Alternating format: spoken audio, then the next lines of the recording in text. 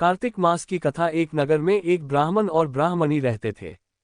वे रोजाना 7 कोस दूर गंगा यमुना स्नान करने जाते थे। इतनी दूर आने जाने से ब्राह्मणी थक जाती थी। तब ब्राह्मणी कहती थी कि हमारे एक बेटा होता तो कितना अच्छा रहता। बेटे के बहू आती तो हमें घर वापस जाने पर खाना बना हुआ मिलता और बहू घर का काम भी कर देती। ब्राह्मणी की बात सुनकर ब्राह्मण ने कहा कि तूने बात तो सही कही है, चल मैं तेरे लिए बहू ला ही देता हूँ। ब्राह्मण ने कहा कि एक पोटली में आटा डालकर कुछ मोहरे रख दे। ब्राह्मण के कहे अनुसार ब्राह्मणी ने पोटली बांधकर दे दी। पोटली लेकर ब्राह्मण चला गया। ब्राह्मण अभी कुछ दूर गया ही था कि उसे यमुना के किनारे बहुत ही सुंदर लड़कियां दिखाई दी। वे रेत में घर बनाकर खेल रही थी। उनमें से एक लड़की ने कहा कि मैं अपना घर नहीं बिगाड़ूंगी, मुझे तो रहने के लिए ये घर चाहिए। लड़की की बात सुनकर ब्राह्मण मन ही मन सोचने लगा कि बहू बनाने के लिए यही लड़की सही रहेगी। जब वह लड़की जाने लगी तो ब्राह्मण भी उसके पीछे पीछे उसके घर तक चला गया। वहां जाकर ब्राह्मण ने कहा, बेटी अभी कार्तिक मास चल रहा है इसलिए मैं किसी के घर खाना नहीं खाता। मैं आटा लेकर आया हूं, तुम अपनी माँ से पूछो कि क्या वह मेरे लिए आटा छानकर 4 रोटी बना देगी। यदि वह मेरा आटा छानकर रोटी बनाएगी तो ही मैं रोटी खाऊंगा। लड़की ने जाकर अपनी माँ से सारी बात कह दी। माँ ने कहा ठीक है, जाकर बाबा से कह दे कि वह अपना आटा दे दे, मैं रोटी बना दूंगी। जब वह आटा छानने लगी तो आटे में से मोहरें निकली। वह सोचने लगी कि जिसके आटे में इतनी मोहरें हैं उसके घर में कितनी मोहरें होंगी। जब ब्राह्मण खाना खाने बैठा तो लड़की की माँ ने कहा, बाबा आप अपने लड़के की सगाई करने जा रहे हो। तब ब्राह्मण ने कहा कि मेरा बेटा तो काशी में पढ़ने गया हुआ है, लेकिन यदि तुम कहो तो खांड कटोरे से विवाह करके तेरी बेटी को अपने साथ ले जाऊं। लड़की की माँ ने कहा ठीक है बाबा, और खांड कटोरे से शादी करके ब्राह्मण के साथ भेज दिया। ब्राह्मण ने घर आकर कहा, रामू की माँ दरवाजा खोलकर देख, मैं तेरे लिए बहू लेकर आया हूँ। ब्राह्मणी बोली, दुनिया ताने मारती थी अब आप भी मारने लगे। हमारे तो 7 जन्म तक कोई बेटा बेटी नहीं है तो बहू कहाँ से आएगी। ब्राह्मण ने कहा कि तू दरवाजा खोलकर तो देख। जब ब्राह्मणी ने दरवाजा खोला तो सामने बहू को खड़ी देखा। उसने बहू का स्वागत किया और आदर सत्कार से अंदर ले गई। अब ब्राह्मण और ब्राह्मण स्नान करने जाते तो बहू घर का सारा काम करके और खाना बनाकर रखती। वह उनके कपड़े धोती और रात को पैर भी दबाती। इस तरह काफी समय बीत गया। ब्राह्मणी ने अपनी बहू से कहा कि बहू कभी भी चूल्हे की आग मत बुझने देना और मटके का पानी खत्म मत होने देना। वन दिन चूल्हे की आग बुझ गई। तब बहू भागी भागी अपनी पड़ोसन के पास गई और कहा कि मेरे चूल्हे की आग बुझ गई है, मुझे थोड़ी आग चाहिए। मेरे साथ ससुर सुबह 4 बजे से गए हुए हैं, वह थके हारे आएंगे इसलिए मुझे उनके लिए खाना बनाना है।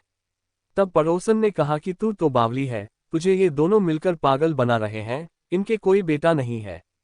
बहू ने कहा नहीं ऐसा मत बोलो, इनका बेटा तो बनारस काशी में पढ़ने गया हुआ है। तब पड़ोसन ने कहा कि ये तुझे झूठ बोलकर लाए हैं, इनके कोई बेटा नहीं है। अब बहू पड़ोसन की बातों में आ गई और कहने लगी कि अब आप ही बताओ मैं क्या करूं। पड़ोसन ने कहा कि करना क्या है, जब तुम्हारे सास ससुर आए तो जली फूकी रोटियां बनाकर देना और बिना नमक की दाल बनाकर देना। खीर की कड़छी दाल में और दाल की कड़छी खीर में डाल देना। वह पड़ोसन की सारी सीख लेकर घर आ गई। जब उसके साथ ससुर घर आए तो उसने ना तो उनका आदर सत्कार किया ना ही उनके कपड़े धोए। जब उसने सास ससुर को खाना दिया तो सास बोली, बहू आज ये रोटियां जली फूकी क्यों है और दाल भी अलूनी है। तब बहू ने पलटकर जवाब दिया कि एक दिन ऐसा खाना खा लोगे तो कुछ बिगड़ नहीं जाएगा तुम्हारा। सास ससुर को खरी खोटी सुनाकर वह फिर से पड़ोसन के पास गई और बोला कि अब आगे क्या करना है। पड़ोसन ने कहा कि अब तुम 7 कोठों की चाबी मांग लेना। अगले दिन जब भी स्नान करने के लिए जाने लगे तो बहू अड़ गई कि मुझे तो 7 कोठों की चाबी चाहिए। तब ससुर ने कहा कि इसे चाबी दे दो, आज नहीं तो कल इसे ही देनी है। तब सास ने बहू को चाबी दे दी। सास ससुर के जाने के बाद जब बहू ने दरवाजे खोले तो देखा कि किसी में अन्न भरा है, किसी में धन भरा है और किसी कोठे में बर्तन पड़े हैं। जब उसने सबसे ऊपर का 7वां कोठा खोला तो देखा कि शिव जी, पार्वती माता, गणेश जी, लक्ष्मी माता जी, पीपल पतवारी, कार्तिक के ठाकुर, राई दामोदर, तुलसा जी का बिड़वा, गंगा यमुना व 33 कोटि देवी देवता विराजमान है। वहीं पर एक लड़का चंदन की चौकी पर बैठा माला जप रहा है। ये सब देखकर उसने लड़के से पूछा कि तू कौन है। तब लड़का बोला कि मैं तेरा पति हूं, अभी दरवाजा बंद कर दे, जब मेरे माता पिता आएंगे तब दरवाजा खोलना। ये सब देखकर बहू बहुत खुश हुई और 16 श्रृंगार कर सुंदर वस्त्र पहनकर अपने सास ससुर का इंतजार करने लगी। उसने अपने सास ससुर के लिए अच्छे अच्छे पकवान बनाए। जब उसके साथ ससुर घर पर आए तो उसने उनका आदर सत्कार किया और प्रेम पूर्वक खाना खिलाया और पैर पैर दबाने लगी। पैर दबाते दबाते बहू ने कहा कि माँ, आप इतनी दूर गंगा यमुना स्नान करने के लिए जाती हो तो आप थक जाती हो, इसलिए आप घर पर ही स्नान क्यों नहीं करती हो। ये सुन सास कहने लगी कि बेटी, गंगा यमुना घर पर तो नहीं बहती है। तब उसने कहा, हाँ माँ जी बहती है, चलो मैं आपको दिखाती हूँ। जब उसके साथ ससुर घर पर आए तो उसने उनका आदर सत्कार किया और प्रेम पूर्वक खाना खिलाया और पैर पैर दबाने लगी। पैर दबाते दबाते बहू ने कहा कि माँ, आप इतनी दूर गंगा यमुना स्नान करने के लिए जाती हो तो आप थक जाती हो, इसलिए आप घर पर ही स्नान क्यों नहीं करती हो। ये सुन सास कहने लगी कि बेटी, गंगा यमुना घर पर तो नहीं बहती है। तब उसने कहा, हाँ माँ जी बहती है, चलो मैं आपको दिखाती हूँ।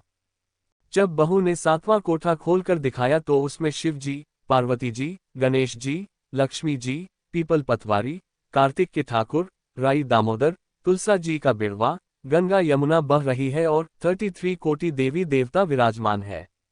वहीं चौकी पर बैठा एक लड़का माला जप रहा है। माँ ने कहा कि बेटा तू कौन है। लड़का बोला, माँ मैं तेरा बेटा हूँ। तब ब्राह्मणी ने पूछा कि तू कहाँ से आया है। लड़के ने जवाब दिया कि मुझे कार्तिक देवता ने भेजा है। बुढ़िया ने कहा कि बेटा, ये दुनिया कैसे मानेगी कि तू मेरा बेटा है। बुढ़िया ने कुछ विद्वान पंडितों से मदद मांगी।